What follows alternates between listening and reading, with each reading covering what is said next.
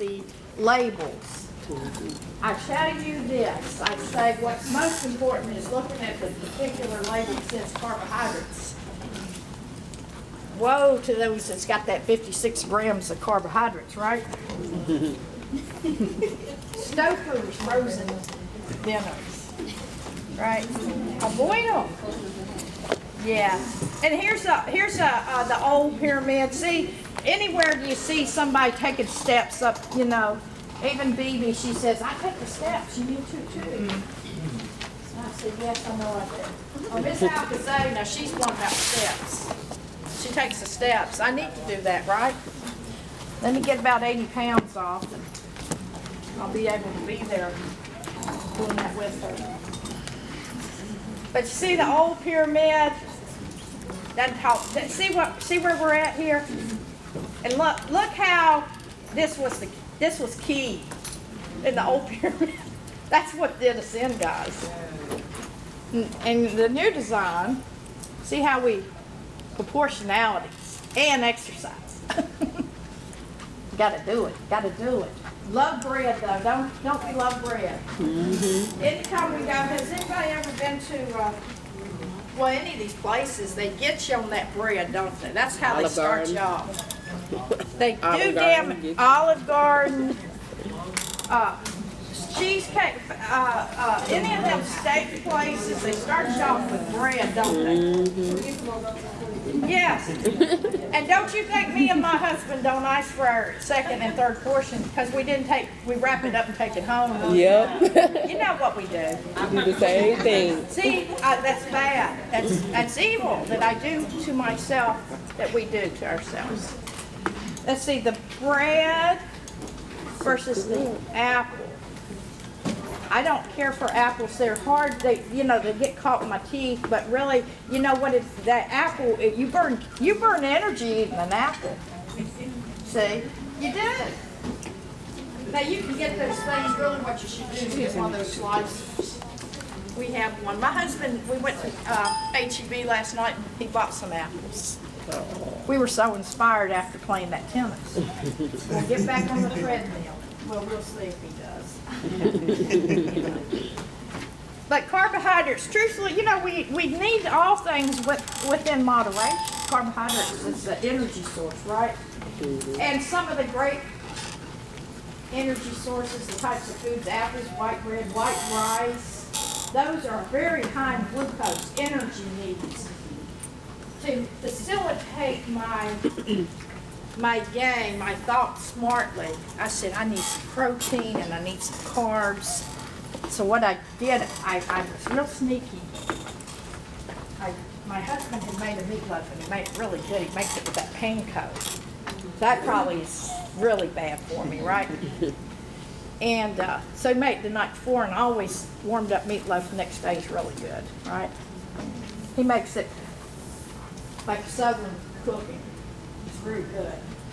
And so I cut me a piece of that, and he had a little bit of mashed potato left over. So see, mashed potato is not good for me, right? And I had a little glass of milk before I went to play my tennis.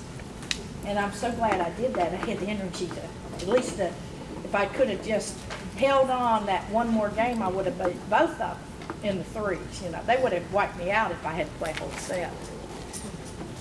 The two things that the brain has to have, the brain has to have oxygen, and the other thing the brain has to have is glucose. That's very important. Brain cannot survive without glucose. It's deadly. The brain cells die.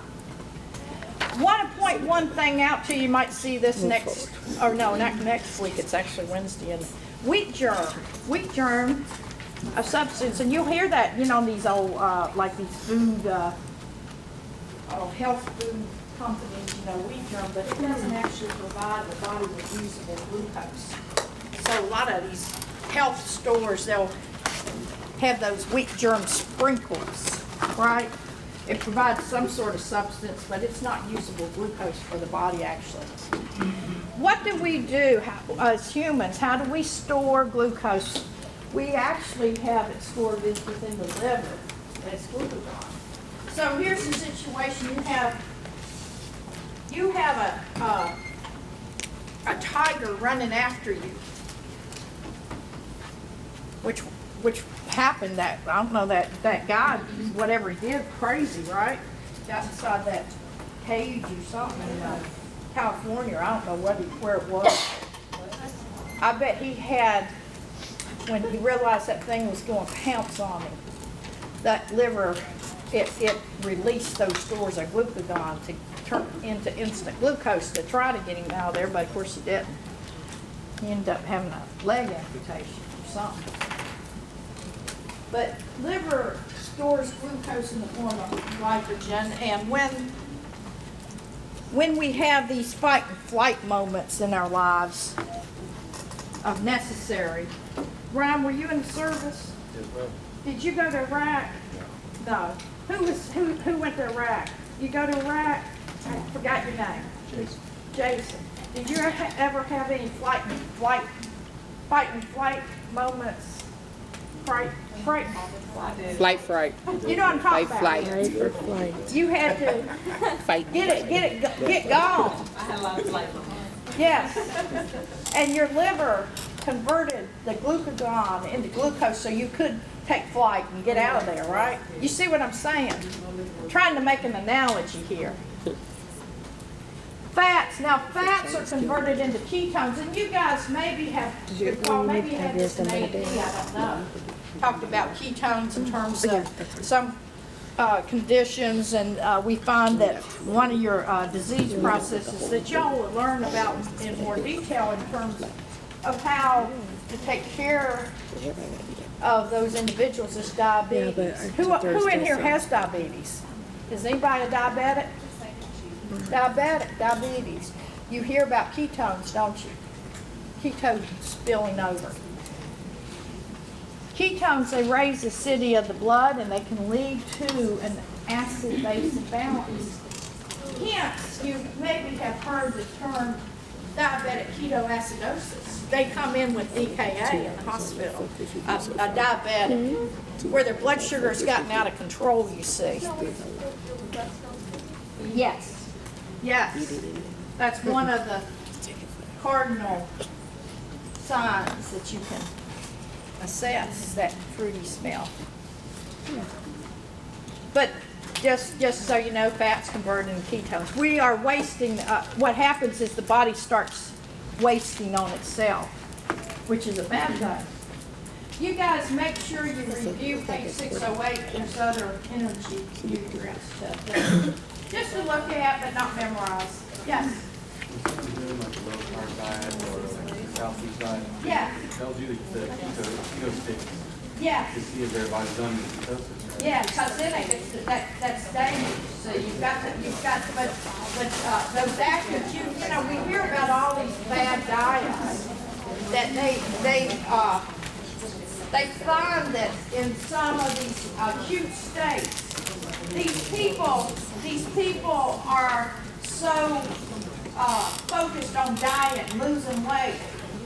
They're the ones that get their bodies in such a wasting factor or wasting way. No, when you start seeing ketones in your urine, that's when you burned all your carbohydrates and you're Yes, and now you're starting to pull. protein and fat. You're starting to pull off of your body that your normal stores, and you're pulling abnormal. See, and that's why, you know, really, if we'll just follow that food pyramid, not the old one, but the new one, we all can keep ourselves within a normal range of healthiness. But the big problem we have is we don't exercise enough. I think that's the key component to our problems here. We've enjoyed one too many video games. We love TV, movie after movie after movie. That's me. We do these things, right? It's evil, you know. These things are evil. Proteins that you've always heard, even in your grade school, when you took biology, that proteins and amino acids building blocks, right, for the body. And it's true. We've got to have proteins. You'll find when you go to the nursing home, some of you, if you can, my group, make sure that you ask if they have this Prostat.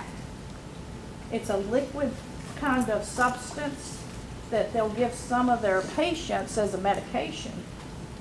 And it's a protein substance to help the residents in bringing up their protein levels. Because elderly tend to not have the good eating habits. They don't eat as well. And so then they can start having problems with their albumin stores and their serum albumins and proteins, the serum proteins.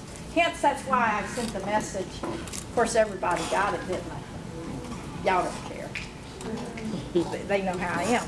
I want us to bring your lab manuals, because we're going to propose conference. I want us to have a conversation about specific labs that we find with the elderly, you know, because they're frail for the most part. There's just very few within a nursing home that don't have something going on, right, in terms of health. You guys are going to get to see it. Well, Miss Wood's group got to see, they attended, right, Friday clinical, so y'all got to see all them wins. So this week, you guys, the rest of you get to go, right? Everybody should be back. Anyway, when we talk about proteins, you have complete proteins, and those are essentially those animal meats, and then incomplete, they don't contain all the essential amino acids. Complete proteins do, but incomplete, not all the essential that we need for our body to maintain optimal function. So, protein, where does the digestion begin? It begins in the stomach, with most of the digestion occurring in the small intestine. If we have some intestinal disorders, we have a small bowel obstruction, we have something going on, it doesn't facilitate that reabsorption of protein. When amino acids, they are broken down, and that's the word catabolized, right? That nitrogen-containing part is converted to ammonia, and it's excreted through the urine as urea. What if we have some renal insufficiency?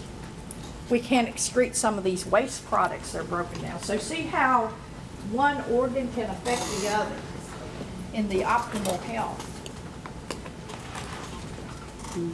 You will see in the hospital, maybe not as much in the nursing home, but in the hospital, you'll have some conditions in disease states. And you'll see some of the doctors, and sometimes they actually get a nutritionist on board for some of these patients that have very serious issues with their nutritional state. And they'll talk a lot in their progress notes. They'll talk about these nitrogen balances. And we need to be in a good balance. And the best balance is like the positive type of nitrogen balance. And it's like with pregnancy, we want that, because with pregnancy, what are we doing? We're growing. Positive nitrogen state, right? Positive nitrogen balance. A negative one would be where that nitrogen intake is much lower. And what we find with these types of individual, it makes sense, negative state. The example I give you is a burn patient. Those people need a lot of protein because they're having to rebuild. They've lost an organ, basically, because the skin is an organ. Okay, so we've talked about some functions, and we talked about some nitrogen states, positive, negative. Functions of protein tissue building. It's the building block. Protein is important for metabolism, because why, if you don't have adequate protein, it does tie into the concept of the hemoglobin, the blood cell, right? The hemoglobin is the oxygen carrying capacity of the red blood cell. Very important that we have the protein as it combines with the iron to make that hemoglobin.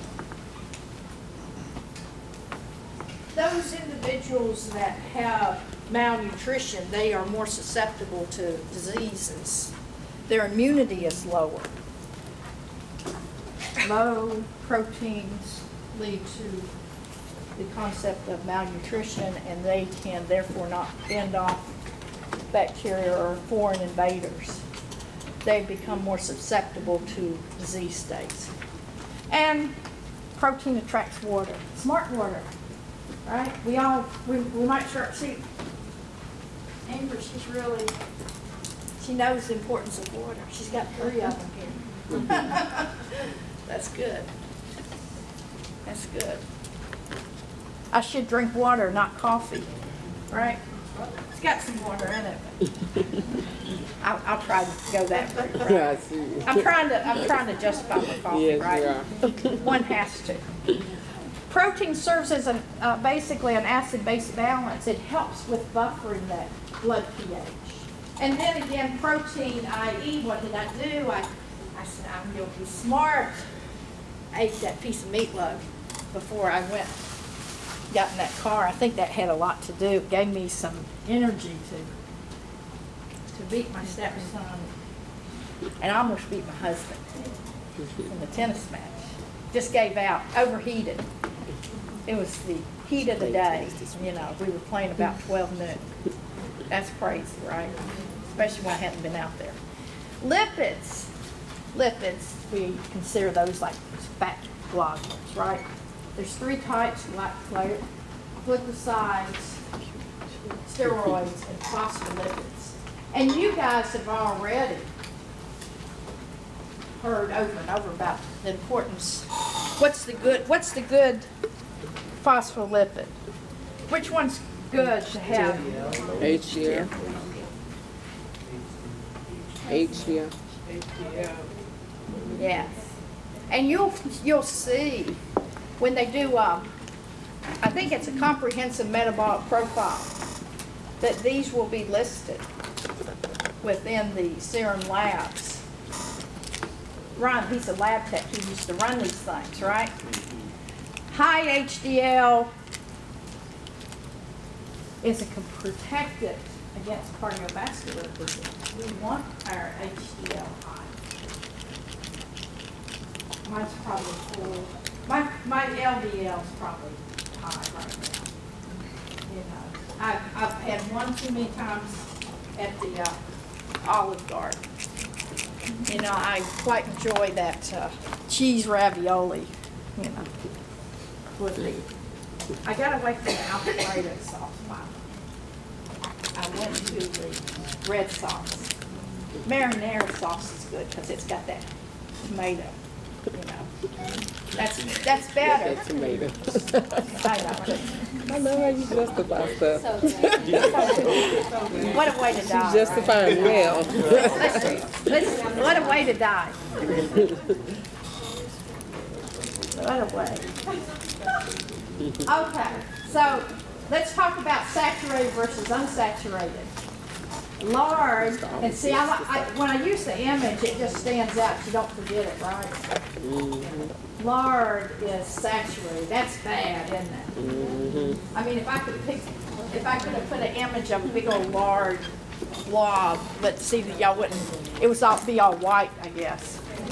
You wouldn't have seen it, so I had to go find me a box of lard, right? Yeah. Yes. The only way to make tamales. Yes. Yes. Yes. Yes. That's what happens here in South Texas. That's what it Is tamales. Olive oil. Olive oil is unsaturated. We do relate when you see these cooking shows, don't they? They talk about cooking with olive oil. They don't say, "Let me go cut off a slab of lard." Though I know Paula Dean used to cut off Lard and butter. buckets of butter. She always had butter. And by the way, now she's cut back because she's diabetic, right? 3 years out. She's got, been battling diabetes, and you notice, I don't know if y'all ever watch her, but she has dropped her weight. And she is trying to cook more responsible. But butter sure does taste good. Oh, man. Yeah. But you know, they have good substitutes. I mean, in terms of the margarines tend to be good substitutes, right? Unsaturated food sources. Fish. We always hear about eating salmon. Grilled salmon's healthy for us. Brush it with a little olive oil. You know, grill it out. Doesn't that taste good? It sounds good, doesn't it? Somebody's going to go cook this evening. I just know it. In all things, though, I suppose there should be some moderation. The proportionality, see, I said that earlier, proportionality. There's essential versus non-essential fatty acids. And it's essential if the body cannot itself manufacture it. And because we can't manufacture it, if we don't have it, it will create a deficiency type disease. The particular essential fatty acids, omega-6, we hear about that on TV a lot, don't we? These omega-6 and omega-3 things, they protect us against heart disease. We hear these commercials, oh, we've got to have, you've got to order this off the internet. It's high in omega-6 and omega-3, etc. Truth be told, you don't have to spend a fortune with these things. Tuna fish, star-kissed tuna fish in water, right? Mm-hmm. That's all we need. That's good. Micronutrients, vitamins and minerals. How many of y'all take daily vitamins? That's good. That's good that we do that. There's a certain portion of vitamins and minerals that maybe we don't capture with our diet because why, we're on the go all the time. And what do? We go through the drive-thru at McDonald's. As I did this morning, right, Melissa? Was it Melissa? Or Michelle? Michelle. Is Michelle here? What did I have in my office this morning? Oh, had a Breakfast. breakfast at McDonald's. I had McDonald's. See how bad I've already. I shouldn't have done that, should I? I should have. I should have had fresh fruit. See, I should have chosen, but what did I choose? The Egg McMuffin. Did bad. I will tell you guys that students have told me that they've had a lot of nutritional questions on state boards. And what the kinds of questions they infer is basically what type of food group or what kind of vegetable would be high in a certain type of substance. Those leafy green vegetables are big on these state board questions. You know, that's what they do. See, I've made Brian hungry. Yeah. I didn't mean to. It's okay, I was just gonna have a good laugh. He's eating some protein back here. Wow. See? Now everybody gonna look at him. Is it with the, I guarantee guys, y'all are gonna have that on state board. Somebody's gonna get, the roulette wheel's gonna land on nutritional states. That's how it does it. Somebody pushes a button and where it stops, that's the test for the day, you know. That's how it does, that's how it falls out. That's why one can never tell you enough information about for state boards because they literally have hundreds of thousands of questions. And one can't possibly teach it all. So we tell you, have an understanding of things. And that's, you know, we can cover so much in a 3 or 4 hour lecture once a week or twice a week, but really where it comes down to is where you guys are going to be proactive in your studies. You know, that's the truth. So we give you all these different tools to access, and hopefully in between you're studying for your test, you access them. You're already preparing for boards, you see. I like to start you off on the first quarter preparing for boards. That's the way to be. Get yourself in gear, ready, knowing that your boards are coming. It's like a train that's coming at you. It's coming, it's getting closer every day. Every day you progress, the train gets closer. It gets closer. We have different types of vitamins. We have those fat-soluble vitamins. You guys recall this in biology, right? A, D, E, and K. Primarily stored in the liver. Those can be stored. Those don't go out of the system. Those are ones that have some staying power within the body. We don't have to consume them every day. I just gave you some pictures to sort of think about what is contained within these different vitamins. See, vitamin D is an interesting one because that one you can get by going outside. Exposure to sunlight. And someone will have the NCLEX question that, like the people up north in Canada, or you know, they live in a higher latitude from the equator. Those could have a more likelihood of some vitamin D deficiency. That could be an NCLEX question. They would write it in such a way, but see what that would speak to is what would you anticipate individuals that wouldn't get outside much, that would be, they would even probably put it in there, that latitude of 40 degrees above from the equator. And you would have to select one and be vitamin D deficiency, right? What's your one of them called, Rick? What deficiency? Well, I think it's a combination of health issues, malnutrition, but calcium, lack of calcium in the bones. See, the bones, that's the issue with rickets. But in all that I say to you, I say that's not just the only problem. We have a general malnutrition issue. That's what we realize.